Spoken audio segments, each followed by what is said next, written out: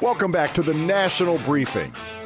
This is Kelly Nash, a little more bass in my voice because I've been victimized by germ warfare. No doubt the liberals have been trying to take me down. But you're going to have to do better than a late summer cold to get me. Okay, it's October, so maybe it's an early fall cold. Whatever this is, it's not shutting me up. Not when we have so much going on in this great nation of ours as we try to restore what had once been a very proud nation. And I'll take you first to Memphis. Memphis last night is when it all began. I thought it was supposed to start on Monday, but they finally got to it yesterday. The staging of the National Guard along with FBI. I mean, everybody's there. ICE, local police, everybody's there getting ready. Now, before they're ready to go out into the city, Stephen Miller, not even on a microphone, he's just being recorded, I guess, off somebody's phone here. He's going to say some of the most dangerous rhetoric. This is the most authoritarian rhetoric you're ever going to hear. See if you can pick up on what part they're going to say is the most authoritarian. It's about a 40-second clip of Stephen Miller chatting with all of the military and police personnel before they go on out. No one's got to change their life path, change their routine, change when they go out, where they go out, what they do for fear of criminals. The idea that any person living in a city would say, oh, I can't walk down this block by myself, or I can't leave my house at this time of night, or I can't let my kids go to that store or that corner. Are you kidding me? We're going to tell our own families and children where they can and can't go because of what a criminal's going to do? Over our dead bodies are we going to live that way anymore. It's not happening. I see the guns and badges in this room. You are unleashed. The handcuffs that you're carrying, they're not on you anymore. They're on the criminals. And whatever you need to get it done, we're going to get it done. State, local, federal, on President Trump's promise, we are going to get it done. Thank you. All right. There it is. Now, why is that authoritarianism? Because, again, he's saying the idea that there's a street in Memphis that people are afraid to walk on because it's owned by a cartel member or a gang member or anything like that, that ends tonight. We're taking back the streets. We're restoring civility to the civilians. We're going to allow people to go and move freely around their city without fear of being mugged, raped, robbed, whatever. Now, that's authoritarianism, according to Erin Burnett, CNN. She got that same clip, and she heard it probably a lot differently than you and I did. Breaking news, White House Deputy Chief of Staff Stephen Miller speaking to law enforcement officials in Memphis, telling the officers that they, along with their guns, are now, quote, unleashed. I see the guns and badges in this room. You are unleashed. Stephen Miller's comments come as President Trump says the National Guard is now in place, his exact words, in Oregon, after federalizing 200 soldiers to protect, he says, immigration officials and an ICE facility in Portland. Out front now, the mayor of Los Angeles, California, Karen Bash. Los Angeles was the first Democratic-run city where Trump sent federal law enforcement before doing the same in Washington, D.C., Memphis, and Chicago. Now, of course, Portland. Boy, Erin Burnett just going to, I mean, she's exhausted. Well, Karen Bass, it started in Los Angeles, and then it moved to D.C., and then it moved to Chicago, and it's on to Memphis, and, of course, Portland, as Donald Trump continues to take over American cities. His siege against the American people continues. I also liked it when she said it like it was dramatic. Donald Trump said the National Guard is in place. His exact words.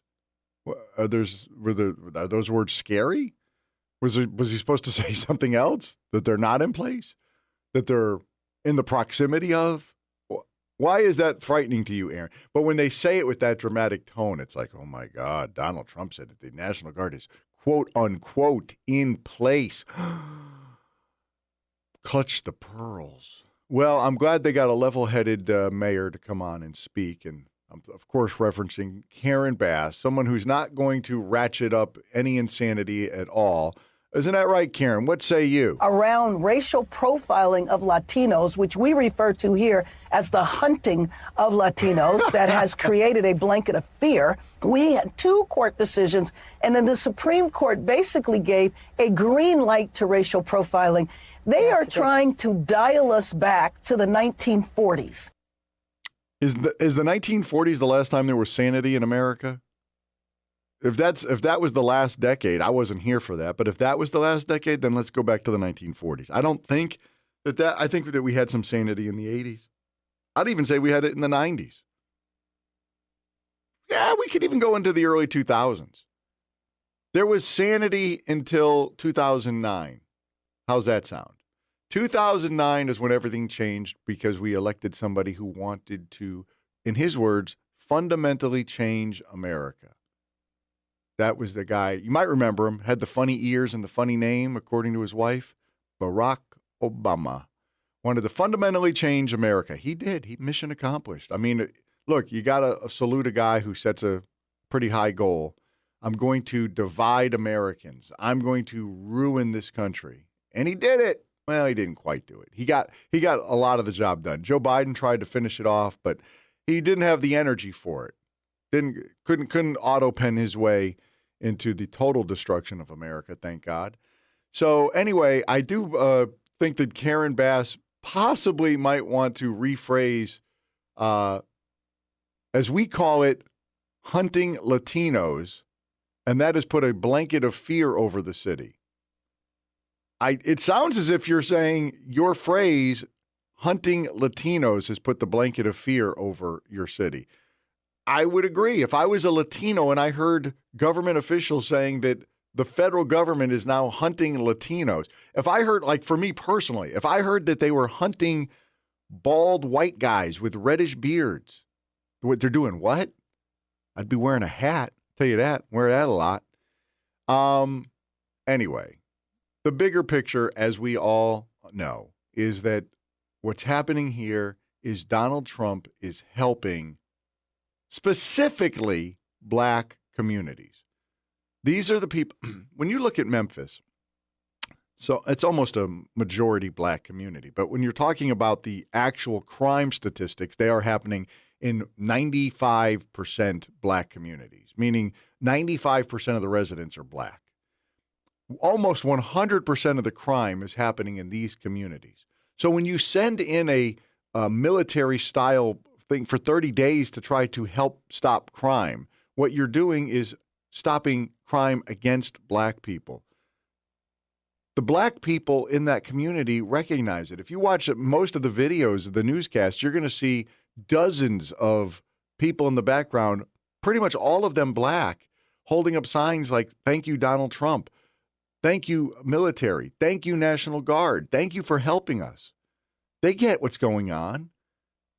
This is such a lost cause for the news. And I, for the life of me, don't understand how. I understand Aaron Burnett's a pretty intelligent person. I understand that the people who run these networks are not complete morons, but their ability to understand the room is gone.